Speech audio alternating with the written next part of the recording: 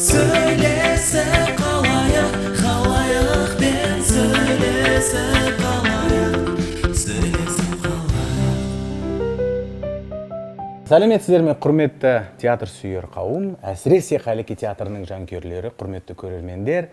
Театрымыздың, Қалеке театрының сөйлесіп қалайық атты подкастының 3-ші көрсетіліміне қош келдіңіздер. Егер танымай отырсаңыздар, мен Шахмарат Ордабаев. Осыған дейінгі көрсетілімде Жасұлан екеуміз гримсіз болғанбыз.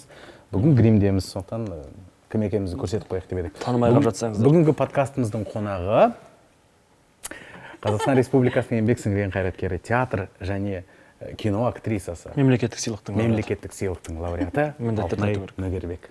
Қайырлы күн. Қош келдіңіз, Алтынай. Қош келдіңіз. Алтынай апай. Қош көрдік. Көңіл-күйіңіз қалай? Жақсы. Тамаша. Алтынай апай. Жалпы біздің подкастты көріп жатсыз ба? Көрдіңіз ба? Иә, көрдім. Ұнады ма сізге? Өте ұнады, иә. Сізді Күттіңіз бе? 3-ші қонақ болам деп бірден. 3-ші қонақ болам деп күткен жоқпын. Солай тез арада шақырасыздар деп ойлаған жоқпын. Сырымға рахмет. Негізі біздің жаңағы дәстүр бойынша көрермендерден келетін сұрақ бар.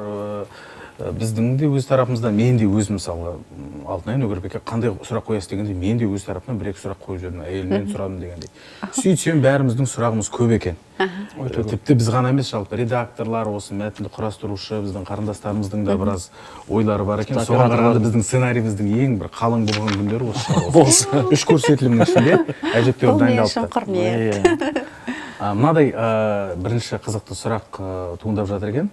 Әсіресе біздің шамасы біздің шындықтың ар жағында тұратын, сол жерде театрға қызмет ететін адамдардың көбіне түйсігінде тұрған сұрақ қойдым. Жағымды кейіпкерлер мен жағымсыз кейіпкерлерді қалай ажыратасыз? Сізге қайсы жақынырақ, жағымды болу ма, жағымсыз болу ма? Өйткені олар сізді енді киім киіндіргенде, кірпігіңізді жапсырғанда сіздің энергияңызды сезеді. Бірақ ол туралы біз көбіне әңгімелемейміз ғой. Мен осыны қатты жақсы көремін, болмаса былай болады екен. Қайсы сізге жақынырақ? Жағымсыз болу ма, жағымды болу ма? Ертегі ме әлде мүмкін? Ертегілерді жақсы көремін. Бірақ шығармашылық биографиямда онша көп емес. Мынандай ұғым бар ғой, жағымды кейіпкерді ойнау өте қиын, жағымсызды ойнау жеңіл деп. Ал меніңше актерға қандай рөл болсын оңайға түспейді. Өйткені ол және ол үшін жағымсыз не жағымды кейіпкер болмайды. Өйткені ол өзінің кейіпкерін барынша ақтау керек. Әр адамның жағымды және жағымсыз жақтары болады. Ол сол жағынан келіп қараған кезде оның жасаған бейнесі қызықты болады деп ойлаймын. Мысалы, театр артистерінің жалпы өнердегі жүрген адамдардың өмірі аттракцион ғой. Мысалы, сіз кеше тарихи кинода ойнадыңыз, одан кейін тағы Сәкен Сұңқарды ойнадыңыз. Сондай бір рөлдерден кейін сізді бір режиссер ужас фильмінде зомбиді ойнау керек десе. Басты рөл бірақ ол. Зомбилермен күресетін мәселен сіз жаңағы сондай бір қолыңызда қылыш ұстап, оларды Мила Йовович. Сондай бір ужас болатын болса, ондайға дайынсыз ба? Енді көрер едім өзімді, өйткені ол қызық қой, шығармашыл адам үшін. Ал бірақ енді әрине жалпы сюжетке қараймыз ғой, оның айтар ойы қандай болады, соңында не жеңеді, зұлымдық па, жақсылық па деген сияқты. Сіздің ойыңызша жалпы не жеңеді, зұлымдық па, адалдық? Мен әрине адалдықтың жеңгенін қалаймын, қашанда. Мысалы, мына жерде жазып қойыпты, 7+1 Рэтчет туралы айта кетсеңіз. Ол жағымды ма, жағымсыз ба?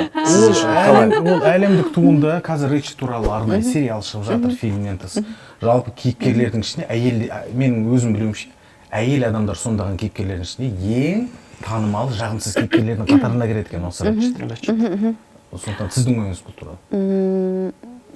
Меніңше ол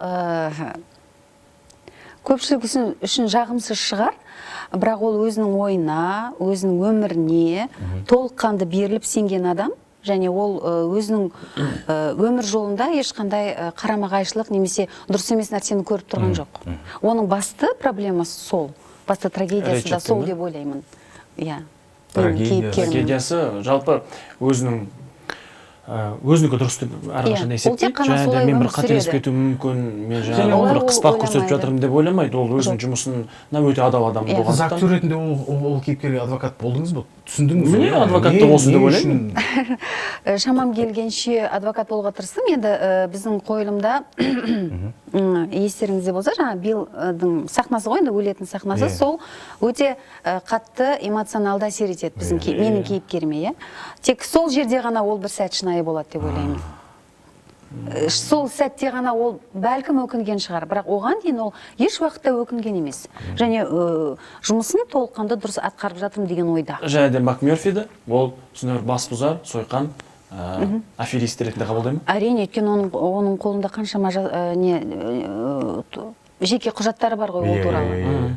Ол түрмеде отырған, сондай мұндай. Өтірік жын болып келген деген сияқты. Сондықтан ол оны ақтамайды, ол фактіге сенетін әйел ғой. Мен өзім дәл қазір өзімді бақытты адам есептеп тұрмын, өйткені осы туындыны Әлімбек аға қояйық деп осы кітапты мен қолыма құшақтап келген әртістерін біледім сол кезде. Рахмет. Енді сол спектакль туралы бас кейіпкермен келіп осы жерде талқылап отыру мен үшін бақыт. Мен жалпы осы туындыны жақсы көремін де, кейін кездесіп бәріміз жақсы көреміз. Сондықтан мен үшін мен кәдімгі қазір эйфорияда жүрмін. Отырымды. Жақсы. Келесі сұрақ. Жақында театрымызда. Көрермен үшін жақсы ақпарат деп ойлаймын, негізі. Біз қазір театрымыздың кіші залында отырмыз. Сахнасында отырмыз. Жалпы дәл осы жерде біраз уақыт бұрын үлкен кастинг өтті. Көре алдыңыз ба? Жоқ, өкінішке орай жоқ. Болды, келесі сұрақ деп Онда бұл сұрақты нүкте қойылды. Егер жалпы театрға жаңа әртіс таңдалып отыр ғой, сіз осы театрға қандай жаңа әртістің келгенін қалайсыз, кімді күтесіз сахнада, қандай кейіпкерді көргіңіз келеді мүмкін, сондай бір ойларыңыз бар ма? Біз жеткіліксіз бізбе? Жоқ, неге? Жоқ, біздің қазір сахнамыз үлкен, бір емес екі сахнамыз бар, және актерлік құрамның кеңеюі ол заңдылық деп ойлаймын. Кеңею керек.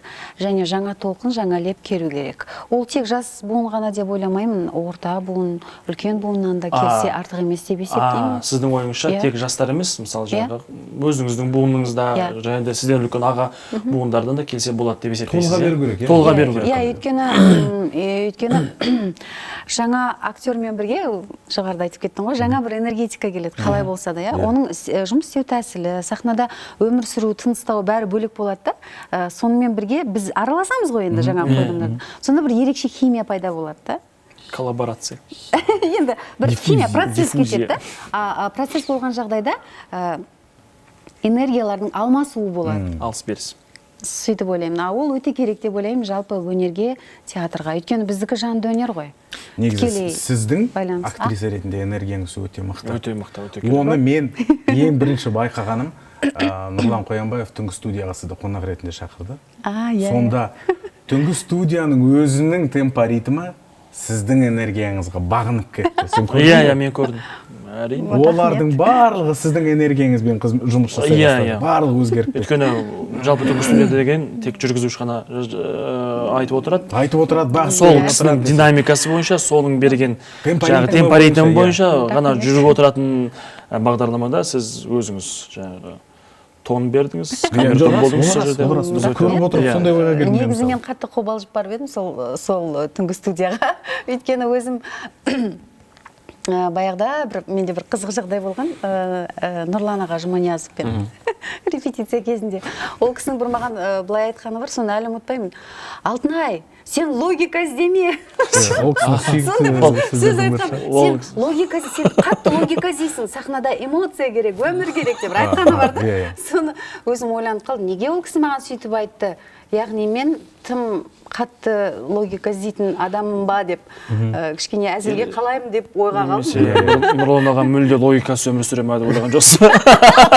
Жоқ, ойлаған жоқ. Жоқ, ойлаған жоқ. Нұрлан аға менің ұстазым, ол бір, Нұрлан аға менің ұстазым, біріншіден, екіншіден логика іздеме деп Шахмұратқа да маған да айтқан ау деп осы. Маған айтқанын мен нақты білем өзім, сондықтан. Иә, маған айтқан. Ондай дәрежеге жеткен әртісі жақсы, сондай сөз естіген. Келесі сұрақ бізде алғаш рет, біз бірінші подкастты түсіріп жатқан кезде астында үстінде ғасырдан да ұзақ күн айналып жатты. Сондай спектакльдің дыбысы жүріп жатыр, жоғарыда фонограммалар кетіп жатыр, Ғазиз Ахметованың музыкасы. Және біз Қуандықға үшеуміз жақсы бір сөздер айта кеткенбіз. Жалпы сіз өзіңіз ойнадыңыз осы күні. Мынандай үлкен сахнада қалай ғасырдан ұзақ күнді ойнау жалпы? Бізге әртіс ретінде де қатты қызық. Бізде сценографиясы өте керемет қой, негізі Әзекеңнің қойған. Қалай ойналды жалпы? Жақсы. Қалай сезілді? Жақсы. Өйткені ол бұл жерде бұл үлкен керемет шығарма ғой. Бұл жерде үлкен таланттардың тоғысуы болды ғой. Өйткені ол Айгүл Айтматов, ол Әзербайжан Мадиұлы, ол Ғазиз апай. Сондай бір керемет бір тоғысқан сәт болды да, соның бәрі бізге әсер етіп, біз рухтана береміз негізі. Осы спектакльге шыққан сайын ерекше күш алып қайтамыз. Сондықтан бұл спектакль жаман өтеді деп ойламаймын. Бұл спектакль туралы бізде осы театрдағы әртістерде, әсіресе осы спектакльге қатысатын әртістердің көп айтатыны, бұл спектакльдің мизансценасы ешқашан бұзылмайды, сценографиясы ешқашан бұзылмайды. Қалай қойылды, сол қапы бір ғажап бір сиқырлы күші бар сияқты дейді. Өзімен өзі-ақ бір кез келген площадкада, кез келген алаңда өз орнын тауып, мизансценада барлығы да өзі орнымен сақталып қалады. Білесіз бе, бізге тіпті кейде репетицияның керек жоқ болады. Осы сөзді Қуандыққа айтқан болатын. Репетициясыз қанша бір ай, 2 ай репетициясы жүре береміз, бірақ сахнаға шыққан кезде бәрі өз орнында тұрады дейді. Бұл ерекше құдірет деп ойлаймын. Мүмкін қазір есіме түсіп жатыр. Осы спектакльді алған кезде есімде басында читка жүргізді Әзербайжан Мадиевич. Бір айдай читка жүргізді. Одан кейін ғасырданға оралған жоқпыз тіптен. Қалыпты спектакльдер жүріп жатты, басқа бір шығармалар қойылып жатты. Одан кейін көктемге қарай қайтадан басымызды қостық. Бір дем алып алып, қайтадан сол материалы. Сол кезде бірақ біз әрине әркім іштей дайындалып жүрді ғой. Сөзсіз. Соның бәрі бір әсер еткен сияқты бізге. Бізге бір мүмкіндік болды да. Соның бәрін читкада айтылған нәрселердің бәрін бойымызға сіңдіріп, саралап, ойланып, енді мысалы мен дәл сол уақытта өзім мизансцена құрдым өзіме, мысалы ойша өмір сүріп жүрдім осы кейіпкеріммен. Одан кейін сахнаға шыққан кезде ол да тез арада болды, декорациялар дайын болды, бірден сахнаға шықтық, іле-шала премьера болды. Бірақ шашты жоқ, айтып ойламаймын, бірақ сондай бір қатты қиындық сезілген жоқ. Сосын мен ылғи да есіме алам, негізі көп сұхбаттарында да айтам, премьераның алдында бізге Әзербайжан Мадиевич сахнаның артына келген. Ол кісі орысша сөйлейтін еді ғой. Сонда айтқан: сейчас, через несколько минут вы вступите в бой со зрителем деп. И вы должны победить деп. Осы сөзді айтты да. Сонымен шығып кетті. Дәл сол кезде мен түсінбеген шығармын, соншалықты осы сөздің тереңдігін мен әрине ол кезде ұққан жоқпын. Ол кезде мен жасым 23-24-те ғана. 25-ке қараған шағым ғой, енді әлі жаспыз ғой. Ал кейін, уақыт өте келе мен түсініп тұрмын, қандай сөз айтты бізге. Негізі содан кейін осы сөздер маған бір өмірлік бір бақыт бергендей болды да. Өйткені біздің өмірдің өзі күрес қой. Сахнаға шыққан сайын шынымен де біз арпалысқа түсеміз. Өзімізбен өзіміз, партнерларымызбен, көрерменмен. Сондықтан сол кезде айтқан сөздер маған бір әлі күнге дейін бір не сияқты, қалай десем екен. Меже. Өмірлік ұстанымым дейін ба, сондай болып кетті мен үшін. Мен үшін керемет потолок деген сөзді. Вы должны победить. Дұрыс, рахмет. Шегінуге жоқ. Ал енді бізде негізі енді керемет Әзербайжан Мадиевичтің осындай кісілерді көргеніңіз, олардың сөздерін естігеніңіз, мысалы кино тақырыбы көрерменді өте көп қызықтырады, алаңдатады. Өйткені қазір кино деген дүние бір трендте тұрған дүние ғой. Жұрттың барлығы киноға түскісі келеді. Ол қалай жүреді екен?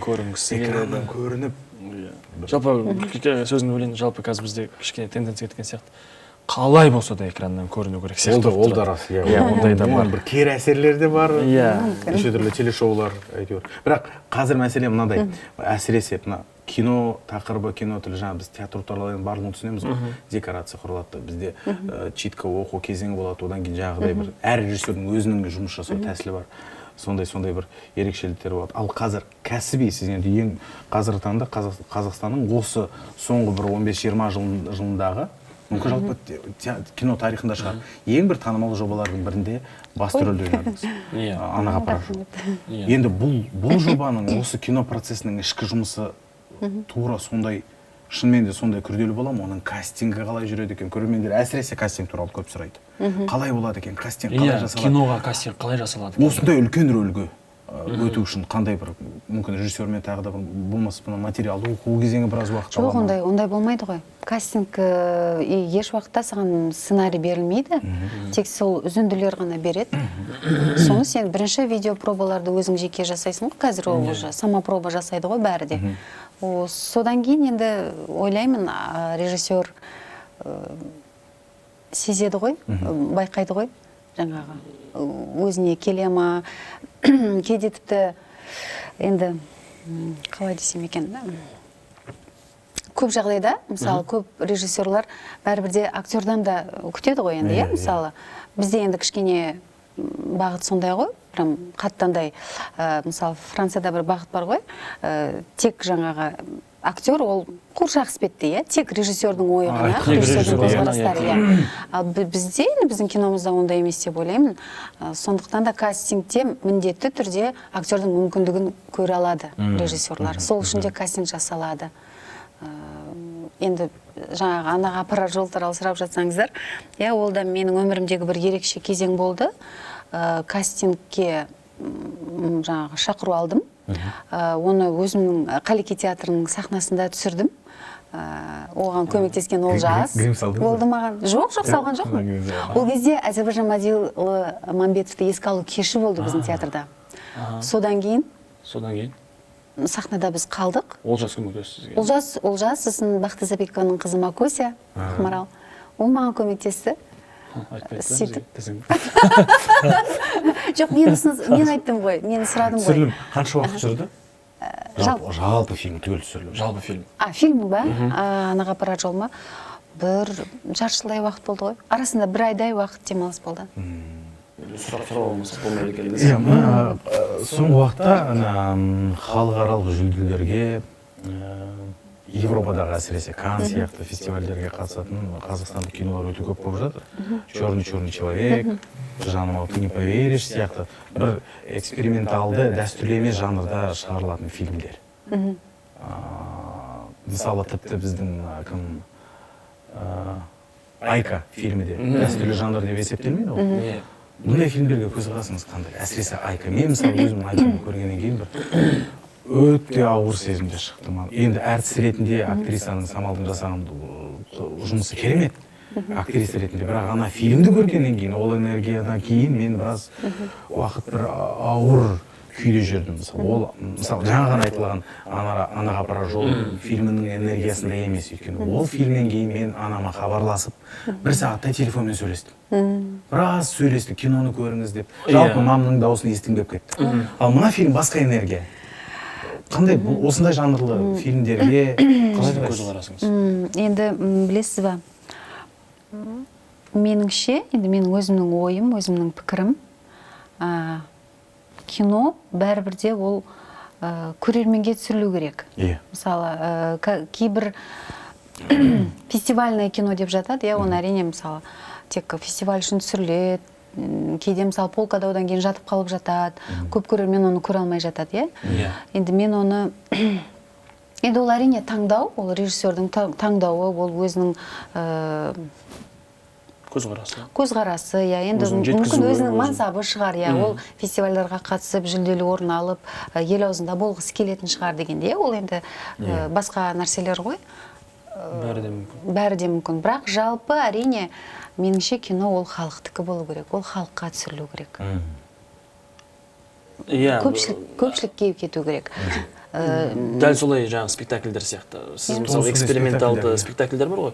Мысалы менің өзім біраз спектакльдер көрдім. Эксперименталды. Кейбір кезде кейбір жерден өзім түсінбеймін, мен расты айтсам. Мүлде шатасып шығасың да. сіздің де соған көзқарасыңыз сондай ма деп сұрап жатсам ғой жалпы. Дегенмен экспериментке бару керек. Бару керек. Адам міндетті түрде. Біз шығармашылық жандар. Ал мысалы енді мен айтып жатқаным жаңа сіздің көп көрермендер, біздің қазір көрермендер сондай экспериментал спектакльдер мүлде жаңағы мынандай спектакльдерді түсінбейді. Иә, түсінбейді. Сондықтан жаңағы спектакльде көбінесе сондықтан көрерменге жасалу керек па деп ойлаймын да. Иә, әрине көрерменге жасалу керек, бірақ эксперименталды дүниелер былай ғой. Мысалы, мүмкін режиссер жеткізе алмаған шығар өз ойын, актерлар да оны түсіне алмаған шығар, барлығы бір бағытта қарамаған шығар, мүмкін сол себепті ол дүние түсініксіздеу болған шығар деп өзім ойлаймын. Өйткені егер бәрі түсінікті болса, онда бәрі түсінікті болады. Бәрі түсінікті болса, сен оны жоқ, егер саған бәрін дұрыстап түсіндірсе, процесс барысында обсуждение, читка кезінде бәрі түсінікті болса, оны сахнада жасай аласың ғой сен. Егер сен оны түсінсең, не үшін, неге, кім? Көрдіңіз ба? Кинодан айырмашылық сода ғой театрда. Театр деген жалпы, кино дегенің енді әсіресе жаңағыдай толықметражды көркем фильмдер, олар кәдімгі тарихи дүниені шынайы қылып көрсететін болса, театрдың барлығы условно көрсетеді ғой. Жалпы оның өзі бір кішігірім эксперимент. Ал оны ары қарай эксперимент болып өсіру енді ол жаңағы режиссердің қабілеті. Тек сол көрерменнің әлі де түсінбеуі ғой, әлі де ондай қабылдамауы, қызықпауы. Өйткені мынандай, мысалы мен мынандай сөз естідім спектакльге байланысты. Осындай бір экспериментал спектакль ойнағаннан кейін көрерменге осындай спектакль неге ұсынасыңдар деді. Мен тура осылай жауап бердім. Әртіс үшін ол шығармашылық ізденіс, ол өте жақсы. Бізді әртіс ретінде, бізді жалпы осы театр кеңістігінде біздің мықтылығымызды, біздің әртіс қабілетімізді кеңейтеді. Біз кез келген жанрға дайын боламыз. Сонда қалай сіздер мысалы, егер кино түсірілетін болса, ол адамның жекесі, жеке ақшасы, жеке уақыты. Ал театр сіздер халыққа қызмет етуші, о бастан халыққа қызмет етуші мекеме ретінде көрерменге сондай қатты қызығушылық тудырмайтын дүниені көрсетесіздер деген сияқты сұрақтар ол да болып жатыр. Жоқ, ол да болып жатты, бірақ қысқасы былай ғой, менің жаңағы мен салық төлеуші ретінде мынандай дүниеге неге көрем дейді ғой. Неге көрем деген сияқты ғой. Ондай бір эксперименталды дүниелер, жалпы эксперименталды спектакльдер көбінесе жүрек емес, ой қозғайтын спектакльдер ғой. Қазір мүмкін ерінетін шығар, тіпті ойлануға да. Ол бір, екіншіден қазір шынымен де біз халыққа, мен сен сұрағыңа жауап бере кетейінші. Менің ойымша біз қазір әбден жаман үйреніп алғанбыз, жалпы халық көрерменнің артынан кетіп. Біз халыққа қызмет етушіміз, бірақ қызмет етушіміз қалай? Біз соңымыздан ертуші. Солай бізде қызмет етуіміз керек негізінде. Жетегінде кету. Ой сала білуіміз керек, ой айта білуіміз керек. Ойландыра білуіміз керек. Талғамды бере білуіміз керек. Кейбір жерлерде талғамды. Деген ой менікі. Алтынай апай, сіз үшін театр тәрбиелеуші құралдардың қатарында бар ма? Балаларды, өскелең ұрпақты? Жоқ. Мен әрине солай деп ойлаймын. Бірақ осы оймен көп адам келіспейді, бірақ дегенмен де мен солай деп ойлаймын. Өйткені бәрібір театрға келген адам ойланып кетсе, толғанып кетсе, ой алса, ол дұрыс деп ойлаймын. Осы бір тәрбие. Осы туралы да біраз, мен осы жақын арада 3-4 күн бұрын бір кісімен осы туралы сөйлесіп едік. Сонда мынандай дүние болды. Кейбір спектакльдер балаларға көрсетуге сай емес деген сияқты. Біздің театрда? Біздің театрда, жалпы театрда. Сондықтан менің ойымша мынандай дүние қосылу керек сияқты. Бұл енді подкаст болған талқылау ғой. +15, +16, +18. Міндетті түрде, ол міндетті түрде болу керек, ол қадағалану керек. Кинода қалай тура солай театр? Тура, мысалы, байланыс саясы біздің театрда жүретін спектакль байланыс саясы. Белгілі. Ол афишасы премьера болатын кезде +16 деп қойылды ғой деймін. Ол шынымен де енгізілу керек негізінде. 7+1-дің өзінде мысалы екінші сынып оқитын балаларын әкелу. +16 деп қою керек. Осыған орай мен бір сұрақ қоя кетейінші. 7+1 әсіресе байланыс саясы дегеннен кейін жалпы сіз үшін кино әлемінде болсын, жалпы өнер әлемінде болсын, сіз аттамайтын қызыл сызық. Мен аттамайтын қызыл сызық. Мынауды осыны мен нақты жасай алмаймын деген сияқты мен жаңағы байланыс саясын айтып отырмын. Ол жерде өте ашық әңгімелер кетеді. Одан кейін жалпы алдында Сырмағадан да сұраған болатынбыз, мысалы қазіргі ситкомдар ішінде таза боқтық. ол кәдімгі шынайы өмірді берген мысалы. Маған Сержан братан деген мен қазір көріп отырмын, маған өте қызықтырды. Бір жағынан ойлап қаласың, шынымен де анау 90 жылдарда дәл сондай боқтық болды ғой енді. Қазірдің өзінде дәл сондай боқтық. Дәл сондай боқтамаса мүмкін шынымен де атмосфераны бере алмай қала ма деген сияқты. Осыны қосып жіберейін. Өзіңіз сюжет туралы айттыңыз ғой, жақсы сценарий болатын болса. Сол сценарий жақсы болатын болса, бірақ осындай құралдар көп. Құралдар көп. Иә, жалпы сіз үшін қызыл меже бұлай болмайды, мен жасай алмаймын. Спектакльде болсын, кинода да болсын деген сияқты. Ол біріншіден жалаңаштану, сүйісу, одан кейін зорлық. Зорлық. Мен оған қарсымын.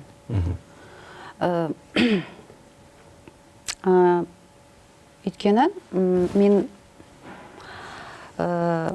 бір фестивальде мен петербургский бір режиссердің киносын көргем. Студент бала екен. Тақырыбы алкоголизм. Бірақ сол кинода ешқандай шыны, бөтелке, арақ, мас болып сөйлеу, теңселіп жүру деген болған жоқ. Бірақ алкоголизм туралы қозғалды. Бірақ алкоголизм туралы ол қозғалды және өте жақсы ашылды. Соңында үлкен трагедия болды. Қызы қайтыс болады. Тек бір моментте ғана оны сезінесің, өйткені камера бетіп теңселіп жүреді.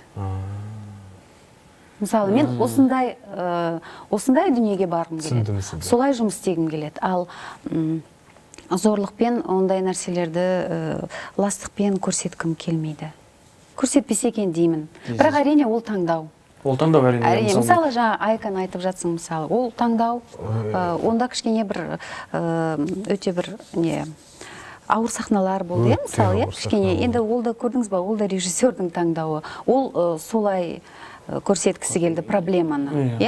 Ресейдегі, Мәскеудегі жаңағы гастарбайтерлардың проблемаларын, мысалы.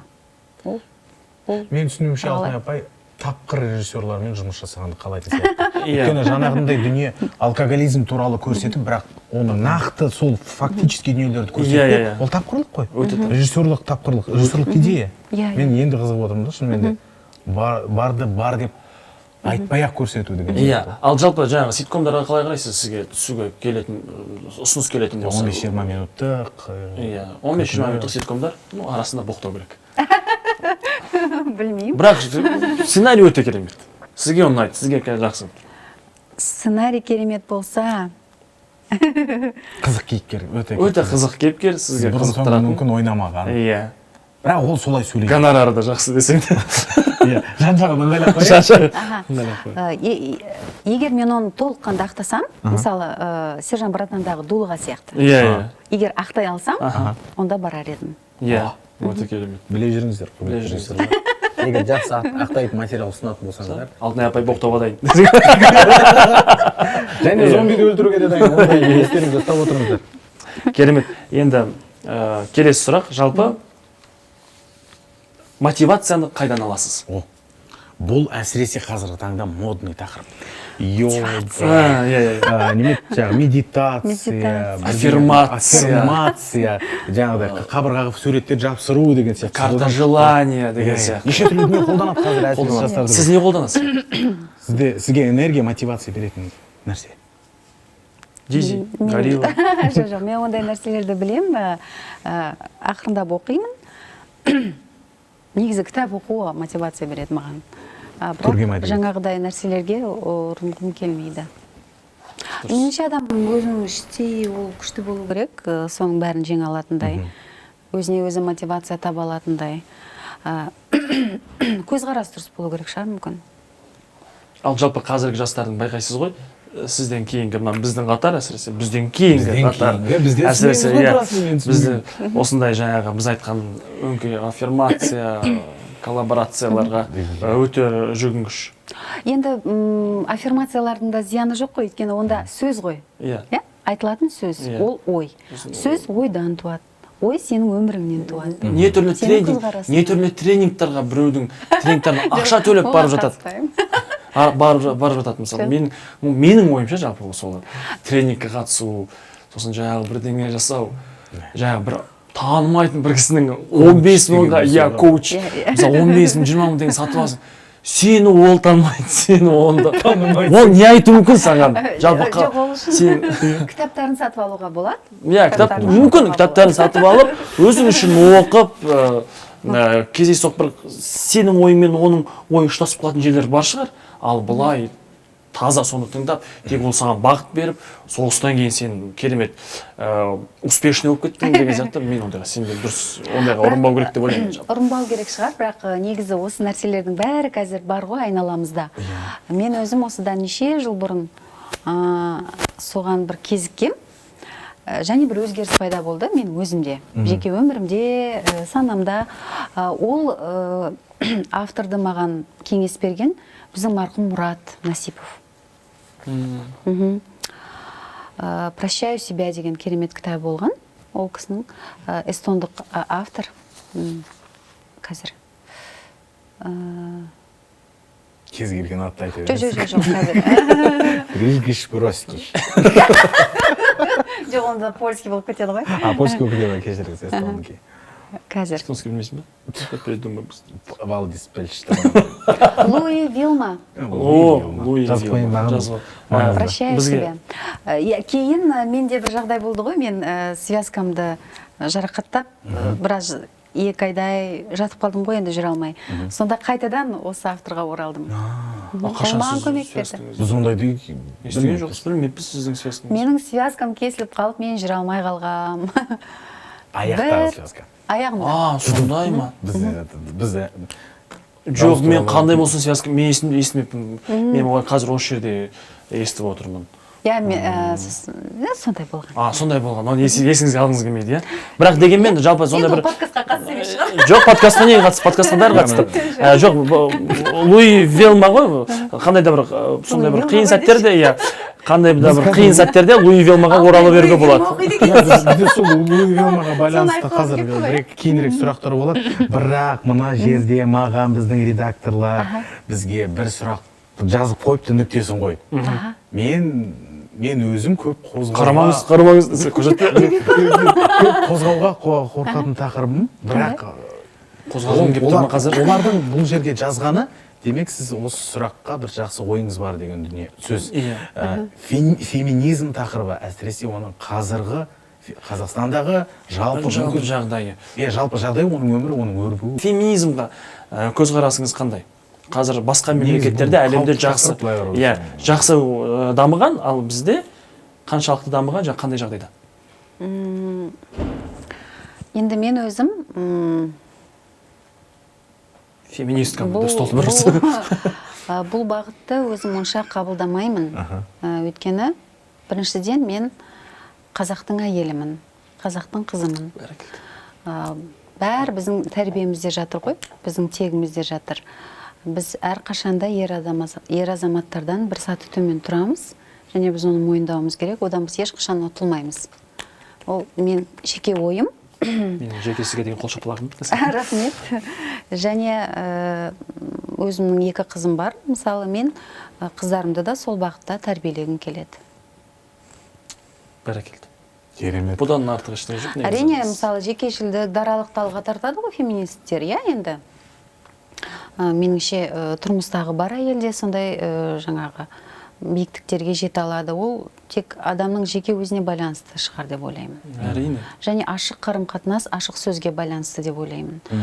Көбісі жаңа осындай бір айтады ғой, кейде сол бағыттағы адамдар баяғы тұрмысқа шыққысы келмейді, тұрмысқа шықса күйеуі бағаламайды, жұмыс еткізбейді деген сондай бір дұрыс емес ұғымдар енді меніңше. Жоқ, ондай да бар негізі шынымен де. Менің таныстарымда олай жасайтын адамдар да бар. Қай жағынан болсын да қысады. Қазақилық жағынан әйелдер бала тауып тек үйде отыру керек. Және діни жағынан да қысатындар бар, мен білуімше. Мүмкін солай шығар, бірақ енді сен қазір меніңше жаңағы құдаландырып, немесе қалыңмалға сатылып кетіп жатқан қыздар жоқ қой. Қазір бәрі бір-бірімен кездесіп жүреді. Ешкім оларды алып қашса қалып қалатын қыздарда 2-ның бірі шығар қазіргі кезде. Таңдау жасай алады ғой. Ашық әңгіме айтып бір-біріне айта алады ғой. Өздерінің жаңағы позициялары. Мысалы, мен жұмыс істегім келеді, бұл менің мамандығым деген сияқты. мысалы солай деп ойлаймын. Тамаша жауап. Сондықтан осы проблеманың негізі түбі енді қалай десем, тамыры мүмкін бәлкім ол отбасында шығар, отбасындағы тәрбиеден шығар. Мына жерде біздің редакторлар өте қызық жазып қойыпты. Ораза туралы деп жазыпты. Ораза? Айтпақшы, ораза тұтқансыз ба деп сұрақ қойып жатыр. Иә, оразаңыз қабыл болсын. Рахмет. Өздеріңізге де. Рахмет. Можем десең бе? Болды ғой, иә, ораза туралы кім білгісі келді десең. Сәресте деші жоқ, ол сәресе не ішетіңіз айтыңыз айтыңыз. Жоқ, айтайын деймін. Былтыр бізде карантин болды ғой. Былтыр карантинге тап болды ғой. Бәріміз үйден ешқайда шықпай қалдық қой. Сол кезде амал жоқ ораза ұстадық. жоқ, олай емес. Ол кезде жалпы мейлінше көп кітаптарда оқылды, көп программаларда қаралды ғой. Шын енді әр адамға солай болды ғой. Сонда біз жолдасым екеуміз Шамиль Әләутдиновты көбірек тыңдадық. Ол кісінің жалпы ораза жайында, ифтар жайында айтқан өте әдемі уағыздары, ойлары бар. Сол ораза жайында сізді. Рахмет. Шамилдің парақшасын мына жерде белгілеп қоямыз. Шамилдің парақшасын жазылыңыздар. Жалпы өзім Шамилді жақсы көремін, ұнайды маған. Парақшасына да тіркелгем. Парақшасы бар ғой, иә? Ummat.ru. Жақсы. Тіркелген, менде бірнеше ақпарат. Мен тіркелмеген. Мен тіркелемін. Сен тіркел. Бүгіннен бастап ал біз жалғастырамыз. Сіздер де тіркеліңіздер. Бәріміз тіркелейік. Жоқ, бұны қиыстау керек сияқты ғой. Бұлардың не қиятын, не қимайтын біз де білмейміз. Иә, біз де білмейміз. Біз тек армансыз ән. Өйткені қайшының бәрі операторлар ғой. Өздері біледі нені қият, нені қимайды деген сияқты. Онда жиналып отырайық. Жаңа ғана отбасы туралы, оның қалай болу керек туралы сіз біраз ойыңызды айттыңыз. Оның бір себептерінің бірі өзіңіздің отбасыңыз, өзіңіздің анаңыз, әкеңіз, үйдегі көрген былайша айтқанда модель деп ойлаймын ғой. Сондықтан біздің подкасттың сіздің шығармашылығыңызға орай, өзіңіздің өміріңізге орай жаңа бір кішігірім айдар ашылып отыр. Бұл айдардың тақырыбы әке мен бала. Сондықтан бұл айдар бойынша менің осындай бірнеше сұрақтарым бар. Алма кезек қойып отырамыз. Біздің білуімізше, әкеңіз сіздің актриса мамандығын таңдауыңызға қарсы болған. Иә. Себебіне кішкене ашығырақ соны. Неге ол кісі өзі өнер адамы, анаңыз, бірақ сізге қарсы болған екен? Енді өздеріңіз де өнер адамдарысыздар ғой. Өнерде жүрсіздер. Өнер жолының қаншалықты қиын екен біліп сезінесіздер ғой. Сол сияқты әкем де соның бәрін ойлады. Әкем де, апам да екеуі бір ауыздан айтты. Жоқ деді. Иә, бармағаның жөн деді. Одан кейін апам айтты, мен жоқ, барам дедім. Актриса болғым келеді дедім. Сосын апа айтты, жарайды. Онда мен сені Татьяна Касымовнаға апарам деді. Өзінің құрбысы, Наурызбаева Татьяна Касымовна ол кезде Жүргенівте жұмыс істейтін, бүгінде енді марқұм. Сол кісінің алдына апарды. Ол кісі сені көрсін, тыңдасын, шешімін айтсын деді. Өйткені ол керемет ұстаз, өте жақсы ұстаз, өзі бағасын береді деді. Сөйтіп, сол кісіге бардық бір кеште. Мен залға кіріп кеттім, апа мен Татьяна Касымовнаның қызы Әселя өздері бізді күтіп отырды. Біраз болыппыз, енді оны ол жағын білмеймін, кейін апа айтады ғой. Сендер мен қипақтай бастадым, өте ұзақ болмай қалдыңдар. Одан кейін шықты Татьяна Касымовна. Апама айтыпты, жоқ, мен Гуля, мен бұл балаға жоқ деп айта алмаймын деді. Сосын апа мен әке жарайды, егер Татьяна Касымовна солай айтса, онда біз саған батамызды береміз деді. Ой, бәрекелді. Ал жалпы қазір өзіңіздің екі қызыңыз бар. Ертеңгі уақытта қыздарыңыз актриса боламын деп жатса, сіз келісіміңізді бересіз жоқ әлде? Әсіресе театр. Бармай-ақ қойғаның жөн дейсіз бе? Әсіресе театр. Енді қалай десем екен? Сол Баяшкерден келіп тұр, мам, болды, я буду актриса боламын деп. Знак. Кейін белгі.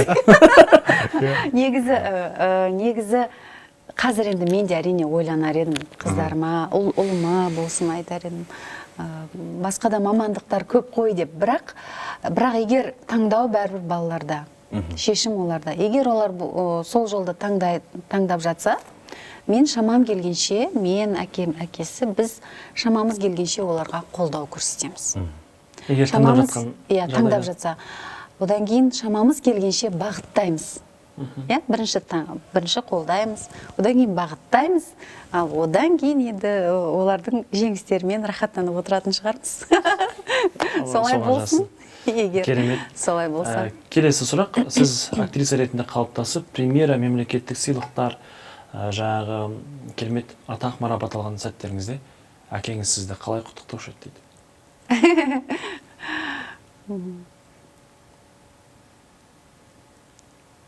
Әке мені еркелетіп, үй ішім Алтуся дейді. Алтуся, Алтончик деп жақсы көретін. Сөйтіп айтады. Құтты болсын жаңағы деген сияқты өзінің жылы сөздері. Сен менде кереметсің дейді. Бәрекелді. Тағы да бір сұрақ, әкеңізбен байланыста тағы бір қызықты ақпаратқа тоқталсақ дейді. Сіз тұрмысқа шыққанда әкеңіз тойыңызға бармаған деседі дейді. Мен сұрақ өзіме үшін тоқталып. Ол жалғыз қызына деген қимастық па, әлде қызғаныштан болды ма дейді? Жоқ, ол кезде сәт солай болды.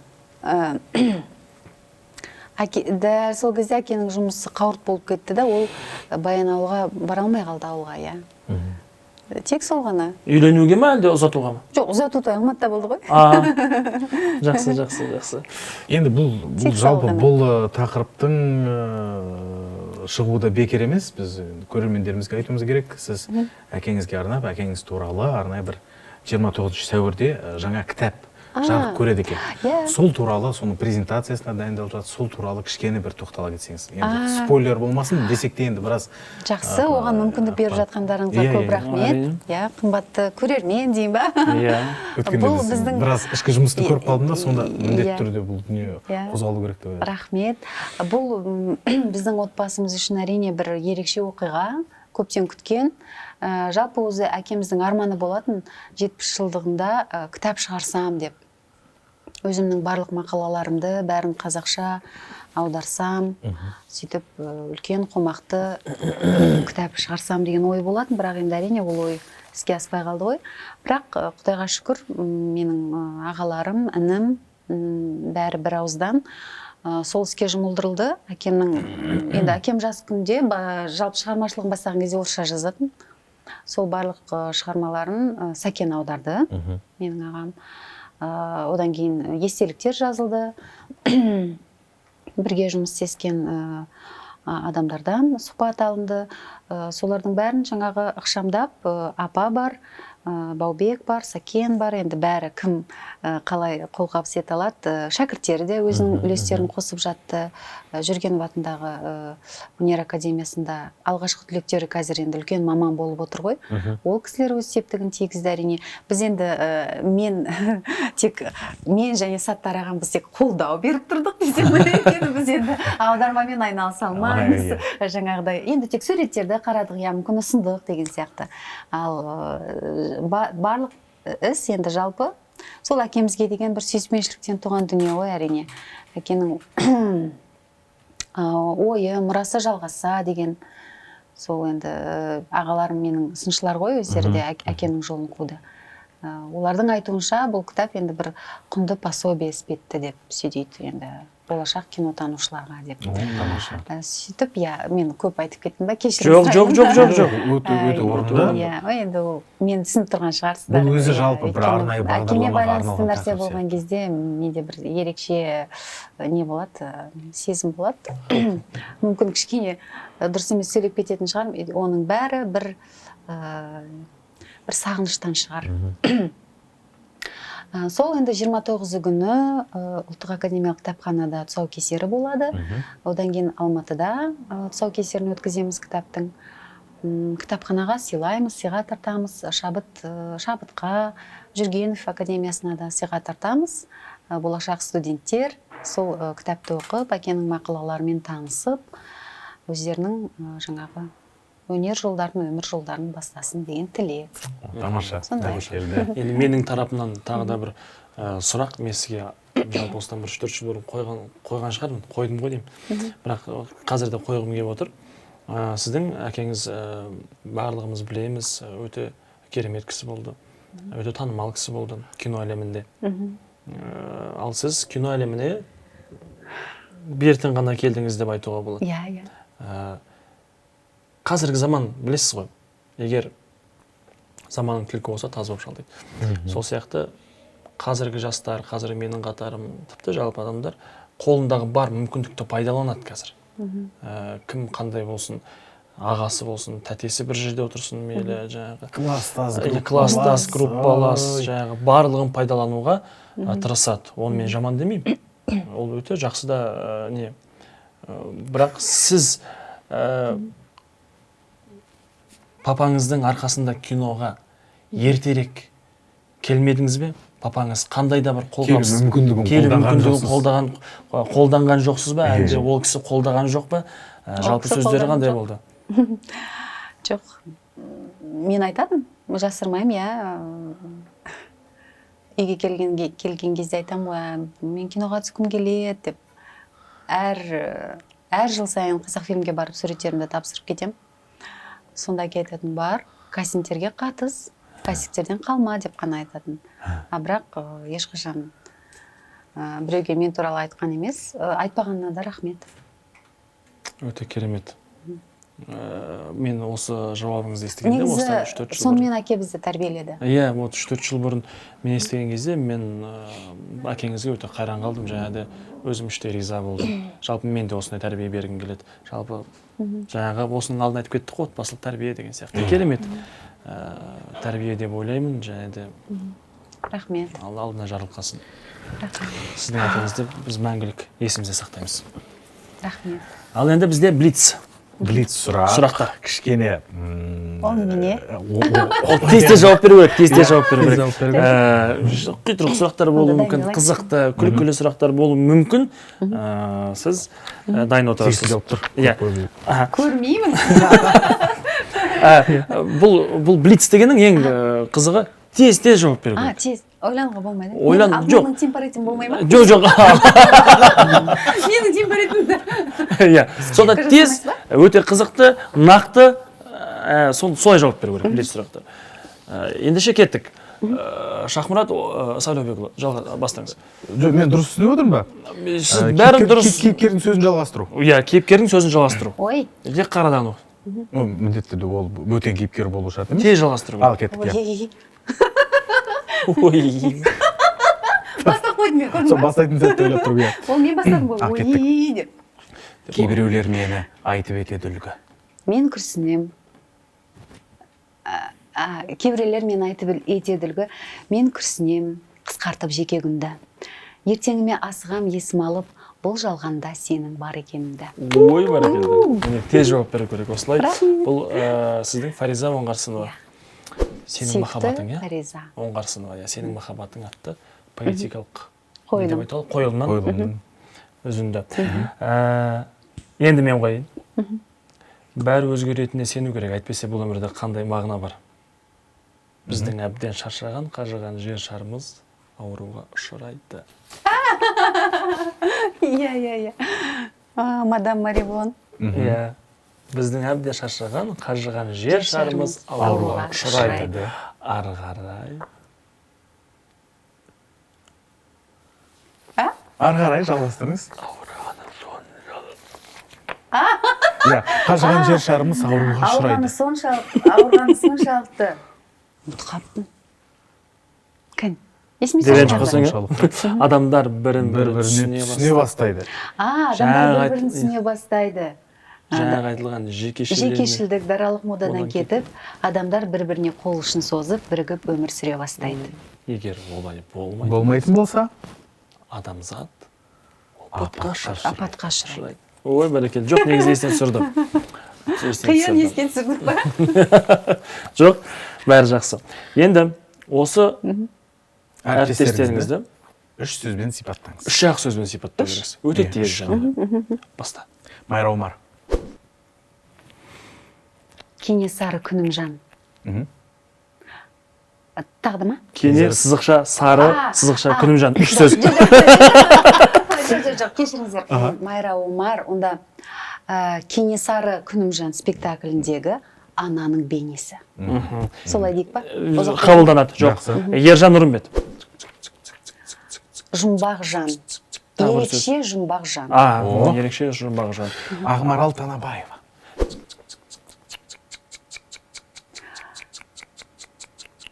Ақмарал Танабаева. Ақмарал Танабаева Нұрайқызы деп тұрсыз. Үш сөз қойдыңыз. Жоқ, мен бір сондай оны ерекше сипаттағым келеді, өйткені ол бір еліктің лағындай ғой. Еліктің лағындай. Ол еліктің лағындай. Еліктің лағындай. Ол еліктің лағындай. Солай болсын. Енді келесі Жанғалдыбек Төленбаев. Ол да еліктің лағындай. Жанғалдыбек Төленбаев. Жоқ, Жанғалдыбек ол Еліктің папасындай деңіз. Бәрін елікпен байластырайық десең. мощь деген келеді, бірақ қазақша қалай? Күш. Алып күш. Алып күш, энергия және дархан қазақи көңіл. Сөздің көп кетіп бола берсін. Бола берсін. Жаңағыға бәрі. Иә, дұрыс. Керемет. Келесі Алтынгүл Серкебаева. Ой, ол тәтті қыз. Тәтті қыз, ол тәтті қыз. Енді Жанат Оспанов. Ой, ол тәтті жігіт деп бітіре салайық шығарды. Ол да жоқ, тәттілігі бар шығар, бірақ. Ол харизма.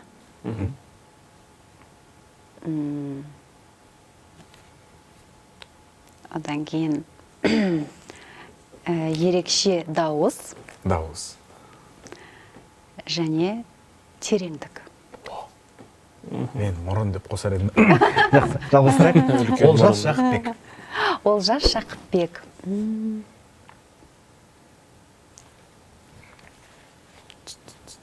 Тезірек. Ол жаңбырдың үні. Мәссаған. Ал неге мен олай айттым, айтайын ба? Өйткені мен оның бір сұхбатын тыңдаған кезде, естіген кезде ол айтты. Мен жаңбырды тыңдағым келеді, жаңбыр жауғанда менде әуен туады деді. Деп солай жауап қатқан. Бәрекелді. Өте керемет жауап.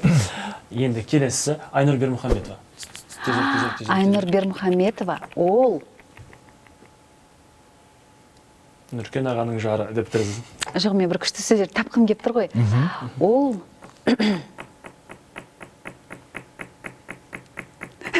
Жаманы. Кетеші қазір. Ол Жарайды. Деп қалмай қойсаң қайда. Иә. Кәсіби маман. Кәсіби маман. Өтір дейміз ба? Жарайды, өтір. Жоқ. Кәсіби маман. Кәсіби маман. Одан кейін Кәсіби мама деп тұрды. жоқ, кәсіби маман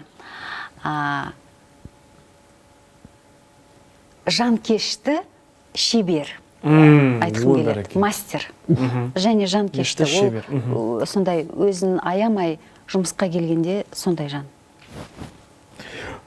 Бақыт Жұмағұлова. Бақыт Жұмағұлова.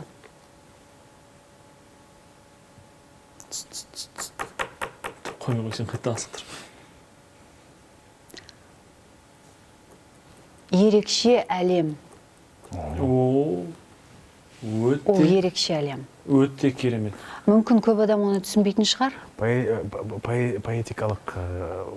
Ол керемет, ақын жанды, оның өлеңдері өте керемет. Ол шынымен де көпшілікке мүмкін түсініксіз шығар. Түсініксіз шығар, иә. Бірақ ол егер оның жанына үңіле білсе, ол өте мейірімді, сондай. Иә, мен қосылам әрине. Бақыт апай өте мейірім және маған өлеңдері өте қатты ұнайды. Мен соңғы бір 2-3 өлеңін оқыдым алдында Фейсбуктан. Мен таңғалып қалдым. Шынымен де Бақыт апай өте өлеңдерді жақсы жазады екен деп. Сондықтан Алтын апай сізге келсеміз, өте ерекше жан дегенге. Иә, ерекше әлем. Енді мен сұрағым келіп отыр. Мен сұрама. Мен сені сұрағым келіп отыр. Шахмұратты. Шахмұрат. Ол құлағым жақ қойыштыршы. Шахмұрат. Ол үлкен әлем. Шахмұрат, қазір мен көп сөйлесем жоқ, әдемі бәрі. Шахмұрат, мен енді сіздер енді бір буынсыздар ғой, бірақ Шахмұратты өзім ерекше жақсы көрем. Неге? Өйткені сенің сондай бір нең бар, Сақалың бар. Жоқ, сен жан жақтысың. Сенің орысша, ағылшынша, қазақша еркін сөйлеу білуің, сенің ойлау қабілетің соншалықты кең, және сен өте гибкий, қалай айтамын? Өте иілгіш, өте сондай. Сенің жаның өте бір... Сен ішің жалпы бит тұрады деп. Сөзбен жетсем ясың. Мынандай бүйтіп. Сен өте сондай бір... Айттым ғой, дәу әлемсің. Мына жерде сақалы бар. Сенің жүрегіңде бәріне орын бар, Шахмұрат. Сен еще жер сатумен айналысасың деп қуып кетсеңдер. Жоқ, өйткені рас қой. Сенің жүрегіңде бәріне орын бар. Рахмет. Сен адамдарды солай қабылдай білесің. Ой, бәрекелді. Ол үлкен қасиет. Сондай қасиеті бар адам, ол үлкен бақытқа ие бола алады. Және сен емші бола Бақытты аласың. сезіне алады. Жоқ, Жасұлан. Қалжың, біз подкастқа менің жоқ, шынымен біз бір буынымыз ғой, біз бір буынымыз, сондықтан біздің әдетіміз әдейі жаңағы подкастта сөйтіп кішкене армандайық дегеніміз ғой. Сіздің сөзіңізді толық шынымен де қабылдап жатырмыз. Оған ешқандай күмән жоқ. Шынымен Шахмұрат, мен сенімен мақтанамын. Рахмет. Не істейміз? Үш арысымызды қосамыз ба? Жасұлан туралы сұрама айтамын. деді, өзіңіз айтыңыз. Әйтпесе маған айт, атама деді. Атама деді. Жасұлан, мен сенің даусыңа ғашықпын. Рахмет. Бірақ бір әңгімеде сен айтып қалып едің, мені әнші ретінде қабылдамаса, менің әншілігімді айта бермесе екен деп ойлаймын деп. Бір сондай әңгімеңді тыңдадым. Бірақ саған айтқым келеді, ол сенің ерекшелігің. Иә, рахмет. Ешкімде жоқ, және сен онымен мақтануың керек. Пайдалануың керек мүмкін. Мүмкін. Тіпті кейде пайдалануың да керек шығар. Қазір. Әнші, актер, ол керемет нәрсе ғой. Әрине.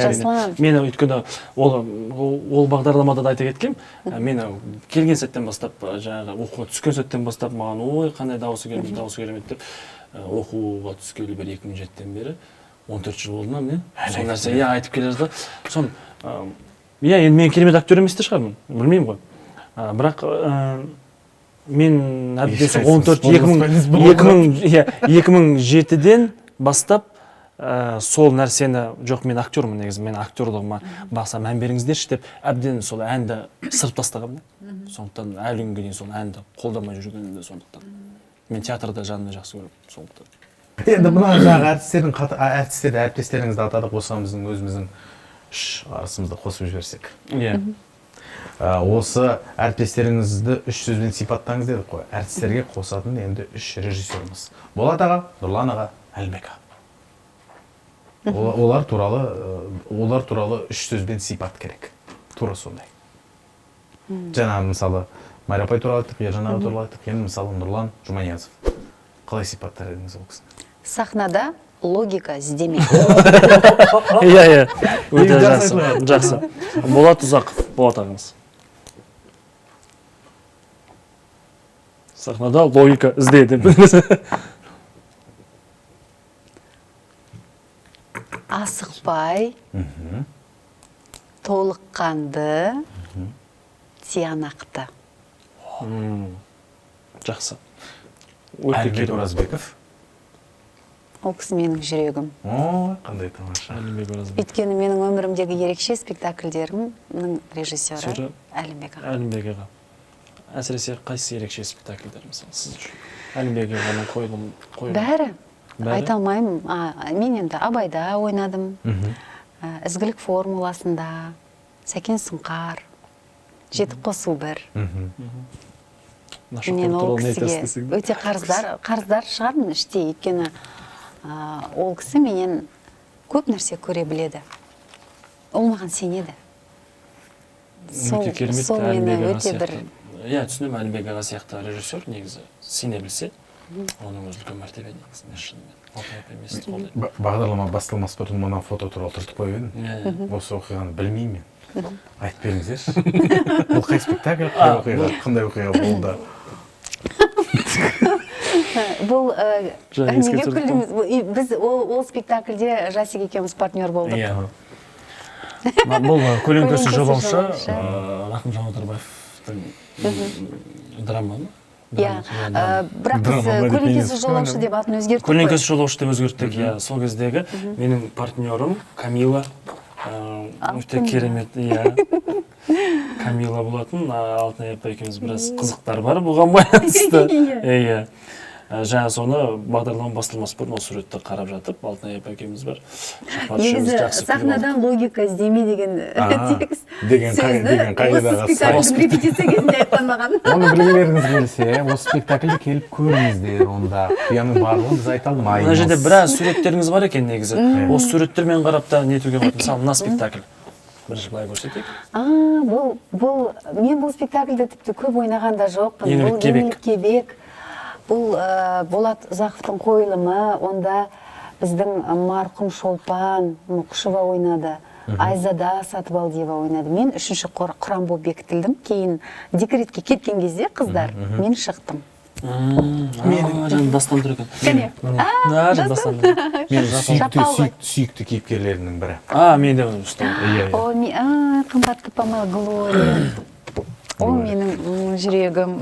Міне Глория. Юрий Ивановичке көптен көп рахмет. Жалпы, жаңағы рубрикада Юрий Ивановичті үш сөзбен. Ол кісін де қосып жіберейік.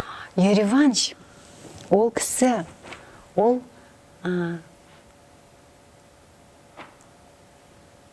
паровоз. Паровоз. Локомотив.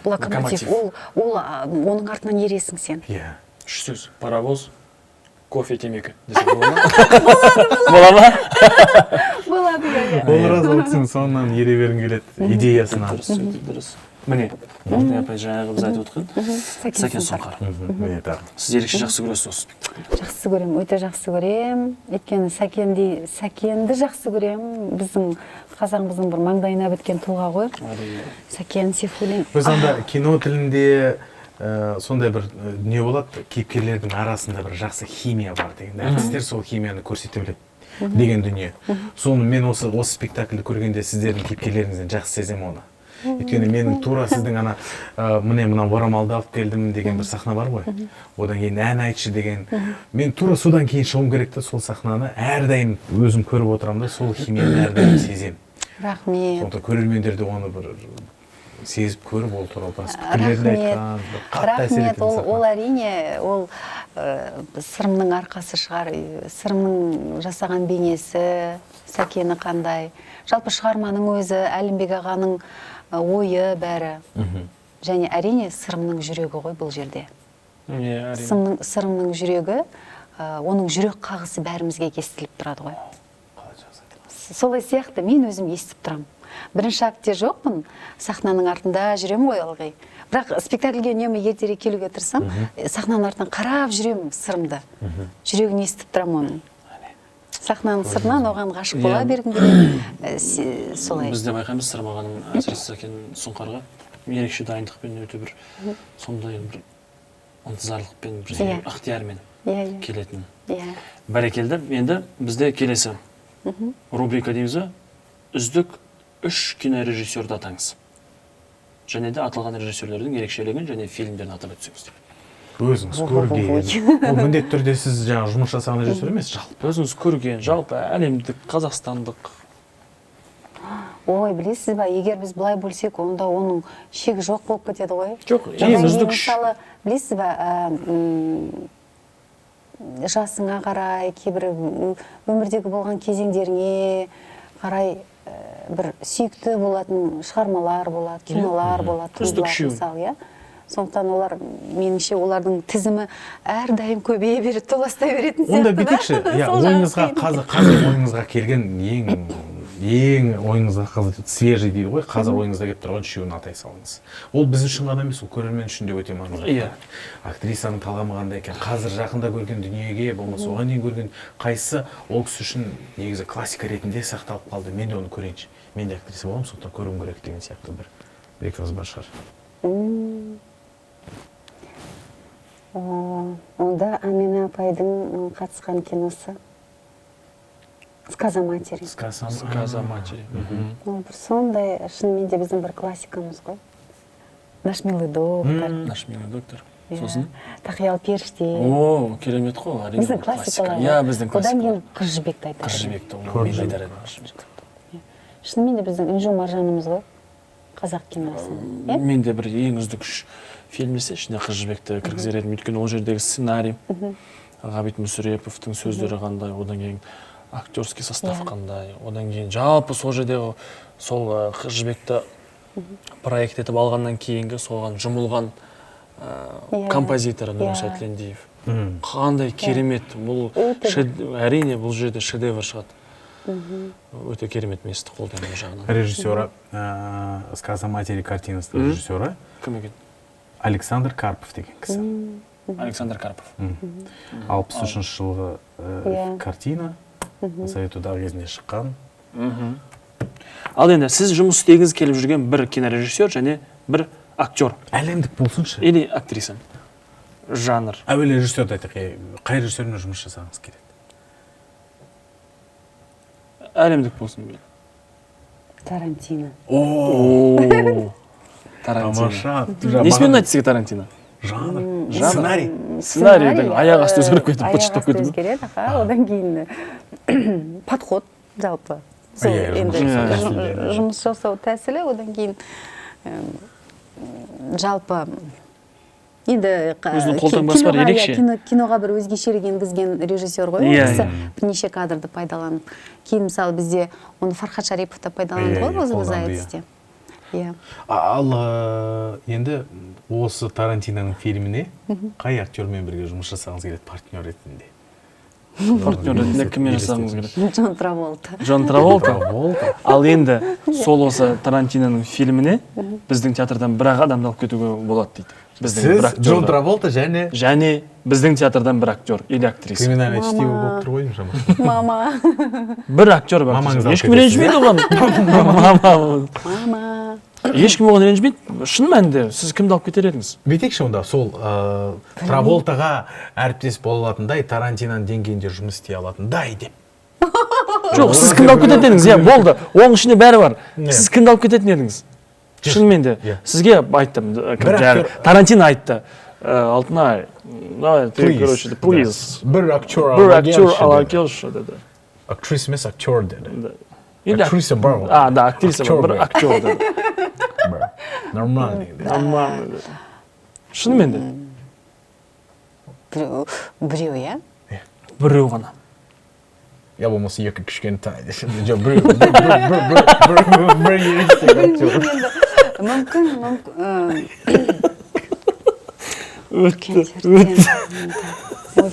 Қазір ойлап тұрмын ғой мен. Ер адам ба? Әйел адам. Әйел адам бар ғой, актриса. Әйел адам бар ғой. Сіз Джон Траволта. Траволта айтты, окей. Любовный треугольник болатын болды деді сценарий. Сіз главный героиня.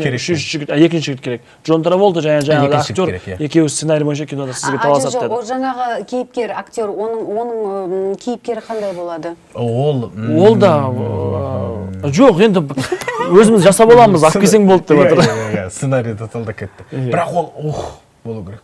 Траволтаға қарсы тұрып алатындай. Менің көңілімнен шықса болды, гонорарында өлтіріп берем деді ғой.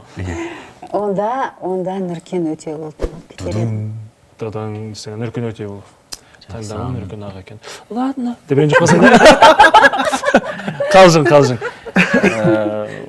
Шынымен де біздің театрдың бірден бір бренді деп айтуға келеді. Сіздердің орта болымдағы Нұркен аға біздің театрдың бренді ғой. Сіз барсыз жаңағы қуандық аға, Нұркен аға. Рахмет. Жауабыңыз орынды, өте біз де ризамыз. Негізі подкаст жақсы бастаған екенбіз, өңшең брендтерді шақырып, брендтермен әуелі бастаймыз десе. Иә. 3 кітап, 3 кино, 3 спектакль деп. 3 кітапқа байланысты басында Луи Вилма бір айтылды. 3 кітап. Енді бұл жерде өзіңіздің ғана оқитын 3 кітабыңыз ғана емес, ama көрерменге ұсынатын кітаптар шығар. 3 кітап қандай кітапты қазір оқу, мысалы оқу орында, қызықта, 3 кино, қандай 3 кино көруге ұсыныс бересіз, және 3 спектакль. 3 кино, жаңағы біздің классикаларды көріп шықса дейм. Классикаларды. Одан кейін Фархат Шариповтың тренинг личностного ростаны көрсе деймін. Сондай бір заманауи жақсы туынды деп өзім қабылдаймын. Өзіме өте ұнайды. Классика, Фархат Шарипов, тренинг личностного роста, және Одан кейін мүмкін сериал шығар, Иә, мүмкін сериал мүмкін шығар. мюзикл шығар. Театр емес, әзірше спектакль емес. Мүмкін мультфильм шығар. Мүмкін мультфильм шығар.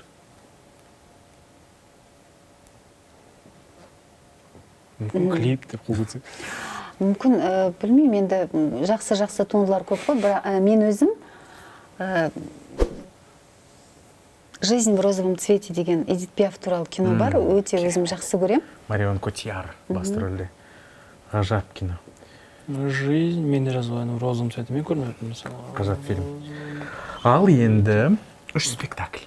Ол біздің театрдағы спектакль болу шарт емес, кез келген қазақстандық дейікші театрлардың спектакльдерінен таңдағанда қандай 3 спектакльді көруге кеңес бересіз? Тек қана біздікі болса да... Фаризаны көруге кеңес берем.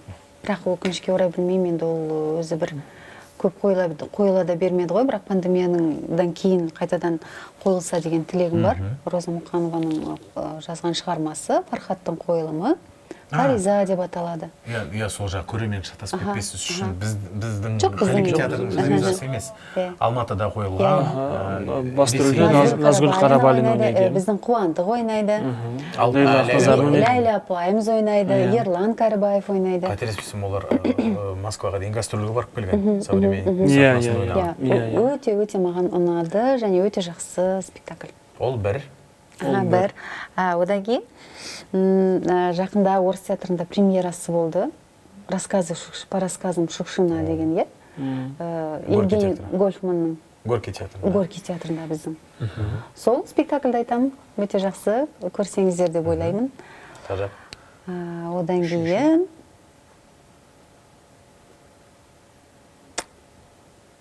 Одан кейін мен өзі жақында Алла Гербердің Инна Чурикова деген кітабын оқыдым да, Инна Чурикова туралы. Сонда көбіне жаңағы киноларына тоқтала кеткен ғой, жазушы өзі киновед болғандықтан шығар мүмкін. Бірақ мен ол кісінің бір телеспектаклін көргем карантин кезінде. «Во имя спасения» деген. Во имя спасения? Өте сондай жақсы спектакль, маған керемет ұнады. Өзінің жолдасы Глеб Панфилов қойған. Өте жақсы. Керемет. Ютубтан көрсеңіздер болады десем. Керемет, енді. Жалпы негізі әлемде өте көп керемет туындылар бар, жақсы кинолар бар, жақсы спектакльдер бар.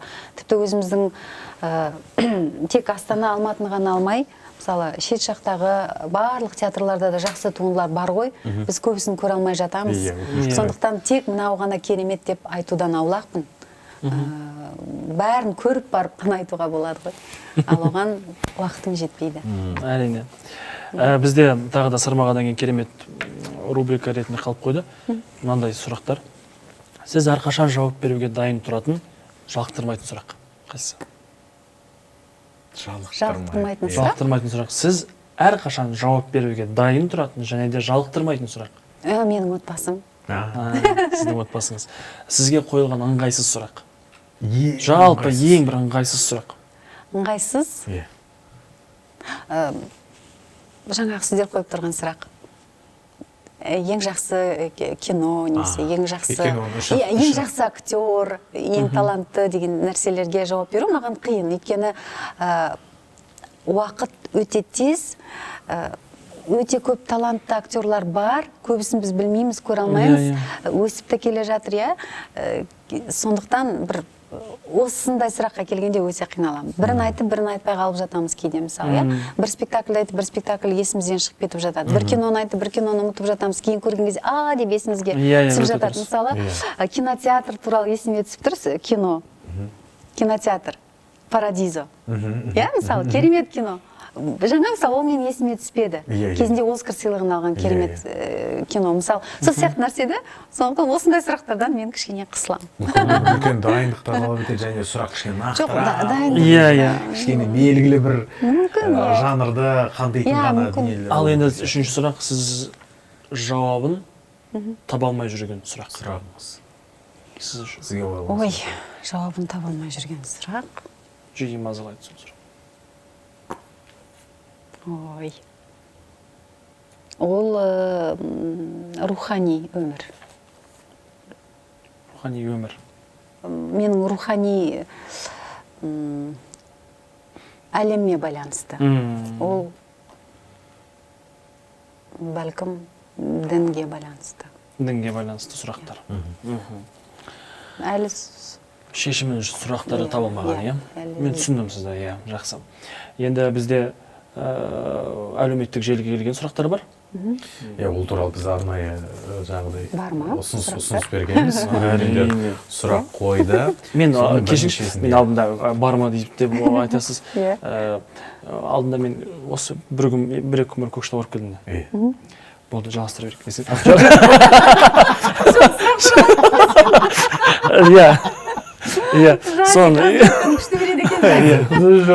Содан мен класстастарым қонаққа шақыртты, содан класстастарыма барған кезде олар мүлде, жоқ, олар мүлде біздің мына менің әлемімнен, қазіргі сіздің әлеміңіз, мына мүлде олар бейхабар адамдар, олардың мүлде басқа. Сондағы сен енді театр, сен қашан киноға түсесің деген, олар да сондай ғана, сен концерт па, спектакль ма сенің деген сияқты. Мен айтам, мен де барынша түсіндіруге тырысамын да, сосын соңында бірдеңені айтып келіп, әйтеуір, сен біздің театрда анаға апарар жол көрдің бе? Да, көрдік. Вот сол жердегі, вот главное героиня бар ғой, Алтынай Нөгірбек деген. Да, ну, она что, с тобой работает дейді. Сондықтан, сізді қазіргі кезде танымайтын адам жоқ деуге болады, сондықтан сұрақ негізі әлеуметтік желіге қысқартқан түріміз негізі. Бастайық. Жоқ, сен бастар. Көкшетау туралы айттың ғой десең. Жансая Мамыр деген театр көрермені. Алтынай апайға сұрағым. Спектакльде ең бастысы неге көбірек назар аударасыз? Және актерлық шеберлікте оқитын 20 жасар қызға айтарыңыз. 20 жасар қызға айтарым, Жансая ма аты? Жансая. Жансая, сен өте бақыттысың, өйткені сен өнер жолын елді бастап жатырсың. Сенде көп мүмкіндік бар алда. Уақытыңды өте дұрыс пайдалан дегім келеді. Көп іздене бер, оқи бер, өзіңді өзің сынай бер, көре бер. Әнде болсын, биде болсын, жаңағы әртүрлі жанрда болсын. Және оның алдындағы өзінің қойған сұрағы, спектакльде ең бастысы қандай нәрсеге, не нәрсеге көбірек назар аударасыз дейді. Өзіңіз спектакльге дайындалған кезінде? Дайындалған кезде, мысалы, спектакльде неге назар аударамыз? Енді міндетті түрде кейіпкерімнің өмір сүруіне, оның тынысына, соған назар аударам. Сізде, мысалы, бүйтіп айтады ғой, көп әріптестеріңіз, мен ұйқыдан тұра салысымен, сол спектакль ойнайтын күн ұйқыдан тұра салысымен, сол спектакльдің өмірі сол күні, сол таңнан басталады. Бұл жерде спектакльде ең басты неге көбірек алады? Анау сұрақ сияқты. Әншіге сұрақ қойылады ғой, сіз ән таңдарда сөзіне көп мән бересіз бе, әлде әуенге мән бересіз бе деген сияқты болып тұр. Мүмкін сол, келесі сұрақ. Айын жоқ, өзіңізше жауап беру. Бұл жерде жаңағы нақты мынау дұрыс, мынау дұрыс емес деген жоқ, сіз өзіңізше жауап бересіз. Айын Оңалбек, өзіңіздің жақында білген ең қызықты нәрсе туралы айтып беріңізші. Өзіңіз, мен түзеткім келді, өзіңізде жақында болған ең қызықты нәрсеңіз емес, дұрыс жазыпты, өзіңізде жақында білген ең қызықты нәрсе туралы айтып беріңізші. Сіз үшін жаңалық болған бір нәрсе. Жақында не болды? Солай ма еді деген сияқты жаңағы. Аристотель баяғыда шыбынның аяғы 8 жазып кетеді. Ешкім зерттемейді, сонан оның аяғы уақыт өткеннен кейін жұрттар бүйтіп ашып қараса 6 ауған екен. Сол сияқты бір керемет открытие бар ма? Он маған кәдімгідей открытие болған. Аристотель ме? Аристотель, ты, слушай, ты не прав. Сондай бір ерекше жаңалық. Мен мысалы королеваның күйеуі қайтыс болды ғой жақында. Ол кісіні король деп атайды екен қой негізі. Принц демеймін. Мен соны жағын түсінбедім. Бірақ сол кісінің қайтқаны туралы естігенде, ол кісі тірі екен ғой деген тірі болған екен ғой. Білесің оған ғой. Өйткені ол кісі королева болғандықтан король болу керек қой енді қасында. Мен білесің оған. Басқаша екен ғой. Ол кісі күйеуі тірі болса да, ол кісі басқарушы болып, енді жаңағы ел басқарушы патшайым болып есептеледі. Менде мынандай болды. Ол кісінің бар екенін де білмедім. Мен соны айтамын, королева ешқандай екен ғой, сол кезде бірақ. Сол сияқты болған. Сол сияқты сондай да бір открытиялар. Сіз король туралы білдіңіз бе? Сіз мысалы білген жоқсыз, мен білмеймін. Білдім, неге білген жоқ? Білдім. Жаңалық енді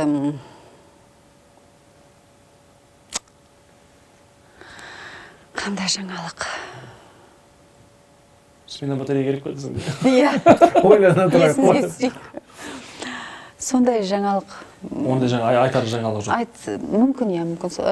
Айтарлықтай жаңалық. Жаңалықтар көп қой, бірақ иә, мүмкін мән бермейтін шығармыз. Жаңалық, мүмкін, бірақ ол... Айтыңыз. Тосылмаңыз. Біз иә, не жоқ деп айтамыз. Бұл жаңалық емес деп. Жоқ, ол жаңалық, бірақ қазір мен атын ұмытып тұрмын ол киноның. Білем, қазір түсіру барысында.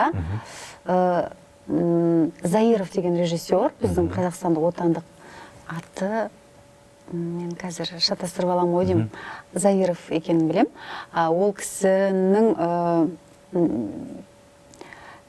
мүгедек балалармен бірге жасаған кинолары шығып жатыр, жарыққа шығып жатыр. Ол сол бағытта жұмыс істейтін режиссер. Қазір ол сондай бір кино түсіру барысында. Басты кейіпкерді ойнайтын Дина деген бір актриса. Ол ДЦП мен ауыратын кейіпкерді. Ерекше балалар дейді ғой. Ерекше балалар. Ондай не істемейді. Мен үшін. Сол мысалы, мен сол кезде, сол ақпаратты оқыған кезде, осы жаңалық туралы оқыған кезде өзім ойладым, мен де осындай бір жобаларда жүрсем екен, сондай бір енді ол кісінің бір сондай азаматтық позициясына өзім өте сүйсіндім. Одан кейін зерттеп оқи бастадым ол кісі туралы. Оның өмір жолы да өзі оңай болған жоқ. Осылай өнерге келуіне де көп қиындықтары болды. Және оның кең жүрегіне мен сүйсіндім. Оның өзінің балалары бар. Бірақ бір жолы ол көшеде кетіп бара жатқан кезде кішкентай жөргектегі баламен қайыр сұрап отырған бір жас қызды көреді. Оны әңгімеге тартып, одан кейін ол қызды өзінің үйіне алып келеді. Қазір ол қыз олармен бірге тұрады. Мысалы, сондай нәрсе, оның сондай бір жүрегінің кеңдігі мені өте таңғалдырды, иә, таңғалдырды. Және ондай адамдар бар ғой деген бір мен үшін бір, енді жаңалық емес, қалай десем екен, бір жұбаныш шығар, иә, бір ерекше сезімде болдым. Бірден сол киноның операторы Қазбекпен жұмыс істегенім бар еді, менің оралу деген картинада. Бірден Инстаграм арқылы оған шығып жаздым, айттым, ой, Қазбек, қандай керемет дүниеде жұмыс істеп жатырсың. Мен де қуана сондай жобаларда, проекттерде жүргім келеді. Өзімнің бір азамат ретінде бір үлесімді қосқым келеді. Өйткені ол сондай ерекше балаларға берілетін бір мүмкіндік. Мысалы, ол режиссер сондай балаларды да өзіне басты кейіпкер қылып киноға түсірген. Ол да бір керемет жүрек деп ойлаймын, және керемет ол қандай күшті талап етеді. Күш, батылдық. Иә, көрдіңіз ба? Және көп қаражат талап етеді. Ол қаражатты олар іздеп табады, мысалы. Соның барлығы бір енді керемет нәрсе деп ойлаймын. Негізінде бұл қазіргі заманда, әсіресе қазіргі әртүрлі жағдайларды, құбылыстарды көріп жатқанда, осындай адамдардың бір үлкен ерліктерін жасау, осындай фильмді түсіру, фильм деген өте ауқымды процесс қой, күш, ақша барлығын талап етеді. Сондықтан бұл негізінде әжептәуір жаңалық. Әсіресе осындай жанрда, осындай әртістермен жұмыс жасау, шынымен де жаңалық. Келесі сұрағымыз «Аяулы көз» атты біздің жазу театрының көрермені. Алғашқы махаббатты ұмыту қиын дейді. Сіздің ойыңыз қалай? Меніңше алғаш махаббатты ұмытудың керек жоқ. Аягөз бе аты? Аяулы көз. Аяулы көз. Махаббат ол сенің жүрегіңде болу керек. Алғашқы махаббатты әсіресе. Алғашқы махаббат. Барлығыны жүрегінде орын табу. Негізі жүректе бәрі сақталады ғой, бәрі қалады ғой. Жүрегіміз жұдырықтай ғана жүрекке бәрі сияды деген сол мағына ғой енді. Керемет естеліктер қалады. Ал махаббатты ұмытпау керек деп ойлаймын. Сен ол махаббатыңның жақсы жағын есіңе сақта. Бәрекелді. Қуаныш Жалғасов. Егер тағдыр жазуымен облыстық театрда жұмыс жасаушы ма едіңіз дейді. Иә, жасаушы едім. Қазір қай театрда, мысалы? Қай жерге барар едім дейсіз бе? Қай театрға барасыз, облыстық театрға? Мысалы, қазір енді өзім Қарағандыны жақсы көрем. Жалпы Қарағанды театрын өте жақсы көрем. Одан кейін туған жерім болғандықтан Жезқазған театрында өзім ойлаймын. Мысалы, Қостанай театрына барғым келеді. Қазір өзі парақшада, Инстаграм парақшасында өте белсенді ғой ол театр. Өзімізден бітіріп кеткен Ерлік деген бала кетті ғой ол жаққа. Өте қарқынды жұмыс істеп жатыр, жаңа жобалары көп, сондай бір шығармашылық кезеңі керемет сияқты да ол театрдың. Иә, Қостанайда қазір өте керемет, шарықтау шегіне жетіп тұр, керемет. Ертең шақырулар келеді. Сейфуллин, Омаров театры, Қожамқұлов театрына сізге шақырулар келіп жатса, Алтай, көрдік, келіңіз бізге деп. Тоқтахметов деген тағы да біздің көрерменіміз. Мынандай сұрақ, Тоқтахметова, кешіріңіз. Тағы да мынандай бірнеше сұрақ қойыпты. Театрдағы ең қызықты оқиғаңызбен бөліссеңіз, және Алтынай Нөгербек егер актриса болмағанда кім болар еді дейді. Мен актриса болмасам, мұғалім болар ма едім деп ойлаймын өзімді. Мысалы, қандай сабақтан? Пәннің бастаушы мектептің ба, жоқ әлде? Оны білмедім. Сірә бастағанда бастауыштан бастар ма едім? Кейін өсіп жерін десем. Мысалы, қандай пәнні? Кейін по-любому өсіп алатын едім дейші. Енді бір жерде тоқтауға болмайды ғой. Әрине, дұрыс. Енді тіл әдебиет шығар. Тіл әдебиет, бәрекелді. Өзі маған жақын болды. Ал міне театрдағы ең қызықты оқиғаңызбен бөліссеңіз дейді. Енді ондай оқиғалар бәріміз білеміз көп. Жаңағыны есімізге алған Аленький цветочек. Аленький цветочек. Ол да бір қызық оқиға болды, иә. Сол айтып өтсеңіз болады. Бірақ дегенмен ең қызықты оқиға меніңше Ана жер ана спектакліндегі. Жақсы. Кеш апамен болған оқиғам Айтыңыз. Онда театрға мен алғаш келген жылым Толқынай Сүлейменова деген актриса декретке кететін болып, оның бүкіл рөлдері ақырындап маған көше бастады. Оның Ана жер ана деген спектаклінде Жақып Омаров қойған жаңағы кішкентай басында шығатын рөлі бар, эпизоды. Одан кейін жаңағы хабарды естірткен кезде, күйеуі мен баласы қайтыс болды деп естірткен кезде, ол Ырымкеш апаның сол жағынан демеп, оны отырғызу керек. Ол үлкен миссия Толқынайдың. Сол маған көшті ғой енді. Мен шығатын болдым бүгін кешке, таңертеңнен бастап дайындалдым. Музыка беретін біздің Ләззат Шарипова, қазір Қыстықбаева, ол кезде ол Шарипова. Шарипова, ол кезде олар жүреді десем. Махаббат кезеңі. Махаббат кезеңі. Ол кезде не то болып жүрген кезде еді. Жоқ, ол бір керемет кезеңдер ғой. Иә, әрине. Біз Ләззатпен дайындалдық. Қайта дайындалдық. Музыка көтерілген кезде бір эмоциональный бір көтерілетін жері бар. Сол кезде біз Ырымкеш апаны көтеруіміз керек. Соны 5 рет жасадым. Спектакль басталды, бірінші шықтым, тамаша болды. Велосипедпен бірге кеттік, киініп алдым. Дайындалып жүрмін спектакльдің артында, жылап жүрміз. Ырымкеш апа керемет ойнайтын еді ғой, Ана жер ананы. Құдай-ау. Тіпті енді өзіміз ебіл-дебіл болып жүрміз. Бір уақытта шықтық, естіртіп, жылап, айттық. Ырымкеш апа жылады, қолынан демеп тұрмын. Әлі енді музыка басталды. Дейм, Ырымкеш апам тұрмайды. Ойлақ қойым, не болды екен? Ләззатқа қараймын. Ертерек болып кетті ма? Деп тағы бидем тұрмайды, не болып жатыр? Түсінбеймін. Өзім жылап, Ырымкеш апаға қарап тұрмын. Сөйтсе Ырымкеш апа музыканың астында естілмейді ғой. Қасым, шашым дейді маған. Сонда мен атып тұрдым ғой, сөйтсе мен ол кісінің шашын басып отыр екен ғой. Сөйтіп Ырымкеш апа тұра алмай отыр екен. Мен білмеппін ғой. Сондай бір керемет қызықты оқиғам болған. Қасым, шашым деп атып тұрдым, сөйтіп сол қарқынмен шығып кеттік сахнадан. Одан кейін қорқып жүрдім, спектакльге жан шығаратын шығар деп. Ырымкеш апа Жаңадан келген жас актрисам ғой ол кезде, бірақ спектакльден кейін Ырымкеш апа күліп, кім менің шашымды басып кеткен деп. Мен дедім, бірақ сол кезде құшақтап, бетінен сүйіп, маған батасын берген Ырымкеш апа. Сол үшін де мен осы сәтті есіме алам. Қызықты оқиғам. Bir жағынан әзілім бар, бір жағынан бат алғаным бар. Тамаша. Өте керемет. Сіз көп телехикаяларға қатыстыңыз. Солардың ішінде ең ерекше рөл қайсысы болды? Және қосымша сұрақ. Кино барысында төбелес сахналары болды ма? Мен білем, біреу болды, мен білем. Да? Алжирда сіз төбелескенсіз. Иә. Ол киноны көргенмін. Ал енді мына сіз қатыстыңыз қайсысы үшін ең ерекше? Енді ерекше Алтын Орда шығар. Енді ол Ресеймен бірлескен жоба болғаннан кейін де ерекше шығар. Одан кейін менің енді өзімнің табиғатыма қарама-қайшы дейміз ба.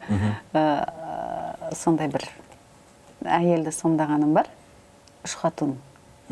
Сол маған қызықты болды, иә. Ал енді бірақ барлық кейіпкерлерімді өзім ерекше жақсы көремін. Барлығы менің жүрегімде, барлығын сағынам, еске алам. Негізі ең бірінші менің сериалым ол «Үзілмес үміт» қой. Иә. Үзілмес үміт, иә. Біз екеуміз күлкі қарық болғанбыз сіз екеуміз. Өте керемет дәрігер болды. Мен де қатыстым бұл сериалға, болдым ғой. Мен аспаз болдым. Мен сахналарым басқа болды. Біз бір апта бір жаңағы больницада Алтынай апа екеуміз түстік. Өте қызықты. Өте керемет болды. Өте керемет болды. Төбелес туралы да бекер сұрамады ма? Бекер сұрамады ғой деймін. Төбелес сахнасы болды ма дегенде сонда шамасы бұл бір ерекше бір дайындықты талап екен. Ондай өкінішке орай менің енді практикамда ондай аздау. Кино сериалдарым жоқ екен. Жалпы өмірде төбелестіңіз бе? Жоқ. Мүлде бір адаммен төбелеспей, бір қызбен болмаса, бала кезде, мектеп кезде мүлде төбелеспейсіз. Жоқ, анда былай болады ғой, мысалы, көп мысалдар келтіріледі. Мен өңшең ер адамдардың арасында өскендіктен, мен жаңағы еркек шора болып өстім. Жоқ, жоқ, еркек шора болғандықтан, ондай да бар. Бірақ енді ағам сол кезде мысалы, енді көбіне болады ғой. Мені бұны кім үйретті дегенде менің ағаларым. Жоқ, өмірде не түрлі болады. Ойыншығын тартып алатын кезде болады. Қалам сабыңды, сөмкеңді тартып алатын кезде болады. Шашыңнан тартып. Иә, шашыңнан тартып ойнайтын кезде болады. Сол кезде әбден мазаны алған бір қыз болмаса, бір жігітті тұмсықтан қазір төбелесесіз бе шақырсақ десек. Иә. Қалжың. Тағы да бір сұрақ. Сіздің үйіңізде таңғы асты кім жасайды дейді? Мен. Тек сіз жасайсыз. Ара тұра бір жанағамыз жасайды. Жасайды. Иә. Кімдікі дәмдірек? Кімдікі дәмдірек? Балалар айтпаймын. Жалпы еркек адам тамақ пісірсе, ер адам тамақ пісірген өзі дәмді болады деп айтып жатады. Сіздің фобияңыз. Мысалы, мен фобиям, мысалға айтып өтейін. Менің фобиям, мен біріншіден тышқаннан қорқамын. Иә, тышқаннан қорқамын. Кішкентай мышка көрсем бітті, мен өрмекшіден қорқамын мен. Өрмекшіден қорқасыз ба? Мен ешқандай тірі жанынан қорқамын. Биіктіктен қорқамын. Биіктіктен қорқатым бар мен. Биіктіктен аз-аз қорқамын. Одан кейін есікті жапқаннан. Біздің үйде есіктер ашық тұрады. Бөлменің есіктері жабылмайды. Бір керек болған кезде ғана жабылады, негізі жабылғанын қаламаймын. Ашық кеңістікті.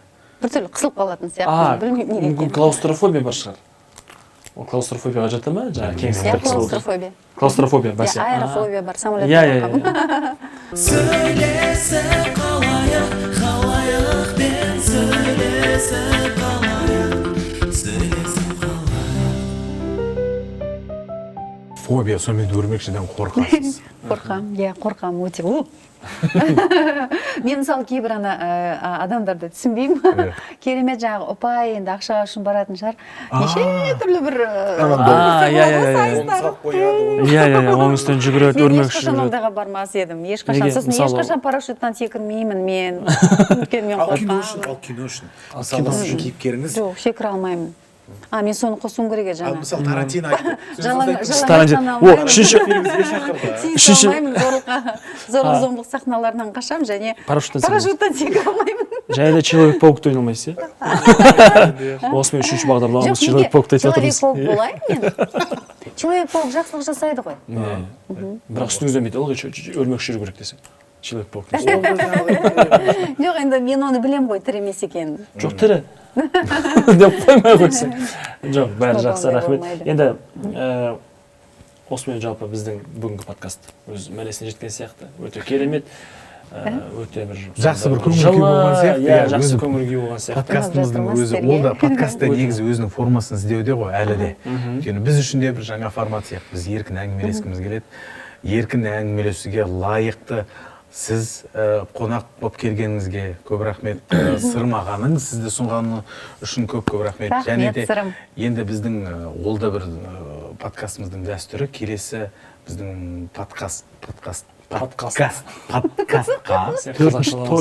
төртінші көрсетілімге келетін қонақты сіз атаңыз. Кім болу керек ол? Біз осы туралы ақылдасамыз ба, жоқ сіз айтамыз ба? Әйел адам болу керек па, жоқ ер адам болу керек? Адам.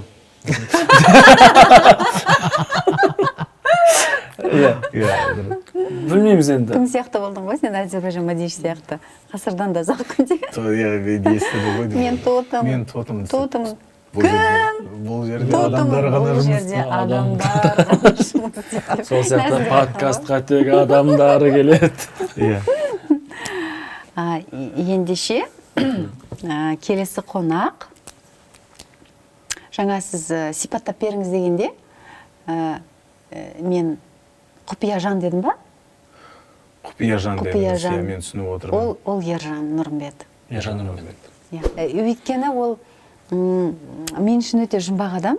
Мысалы, мен ойлаймын, онымен ол көп сұхбат бере бермейді.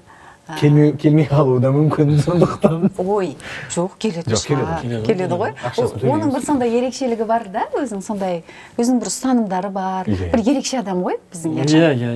Иә. Сондықтан мысалы мен үшін Ержанды көру өзіме қызықты болады подкасттан. Мен оны көргім келеді. Не деп айтады ол, оның да бір ойы бар. Иә, ол кісінің ойлары өте жақсы. Бізге негізі әжептәуір ерекше құпиясы бар адам ғой. Әжептәуір жүк түсіп отыр. Ержан Нұрымбет деген құпияны шешуіміз керек. Келесі подкастта. Келесі подкастта қолымызда кілт болу керек екен. Иә. Алтай апай, сізге рахмет, мың алғыс. Тұтқан оразаңыз қабыл болсын. Келіп, осылай керемет сұхбат дейміз ғой, керемет бір ашық әңгімеге жасағанымыз бізге де керемет ұнады. Көрермендерге ұнайды деген сенімдеміз. Рахмет. Ал енді Шахмұрат, қоштасып жібер. Осымен біздің біртүрлі қоштасып бермейік, кішкене созайық па? Подкасттың екінші бөлім бола ма? Біз пауза қойып қоймыз құрметті көрермен, құрметті сөйлесіп қалайық атты Калеки театрының подкастының көрермендері. Осымен біздің үшінші кездесуіміз өз мәресіне жетті. Қонақта болған театр және кино актрисасы Алтынай Нөгербек. Келесі кездескенше сау болыңыздар. Келесі подкасттың қонағы Ержан Нұрымбет. Сөйлесе қалайық